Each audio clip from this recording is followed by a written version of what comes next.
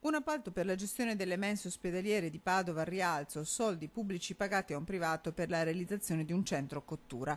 Contestazioni pesanti e circoscritte, quelle che la Procura Generale della Corte dei Conti ha rivolto a 40 tra manager e dipendenti della sanità padovana.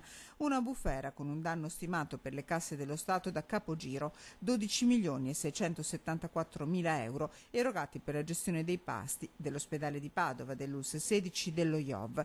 Nomi eccellenti tra coinvolti, tra cui Adriano Cestrone, ex direttore generale dell'azienda ospedaliera di Padova.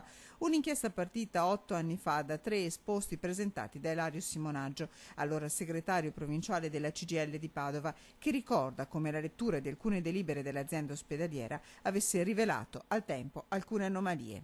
La cosa che mi colpì è che si passò di lì a poco con il cambio del provveditore responsabile dell'economato invece a una trattativa privata. L'offerta anomala era circa il 30% in più della base d'asta e veniva aggiudicata con un rialzo pari all'incirca al 28%. Un appalto, quello interaziendale per le mense della sanità pubblica padovana, vinto dal gruppo Serenissima, il colosso vicentino del settore ristorazione che gestisce tra le altre le mense vaticane, che nel 2010 a Boara Pisani inaugurò un centro di cottura all'avanguardia di cui la sanità padovana si è collata, sostiene l'accusa, l'ammortamento.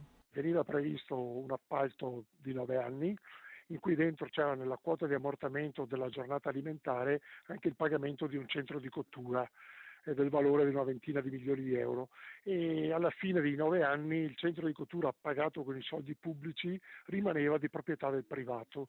Ho la coscienza pulita, convinto di aver agito in modo trasparente nell'interesse collettivo. Il primo commento di Adriano Cestrone, ex direttore generale dell'azienda ospedaliera di Padova. Una bufera su cui serve chiarezza nel più breve tempo possibile, auspica il governatore del Veneto Luca Zaia. Dal canto suo, la Regione ha avviato un'indagine come la stessa azienda ospedaliera di Padova. Stiamo effettuando un'approfondita e puntuale istruttoria sull'argomento. Dobbiamo anche però tener conto del fatto che come azienda dobbiamo garantire il servizio di ristorazione in primis ai nostri dirigenti ricoverati in strutture ospedaliere e poi anche ai nostri collaboratori. Un appalto che quindi va avanti perché la mensa va assicurata ogni giorno, una vicenda a cui lo scandalo Mose, scoppiato 2 mesi fa, sembra aver dato un notevole impulso.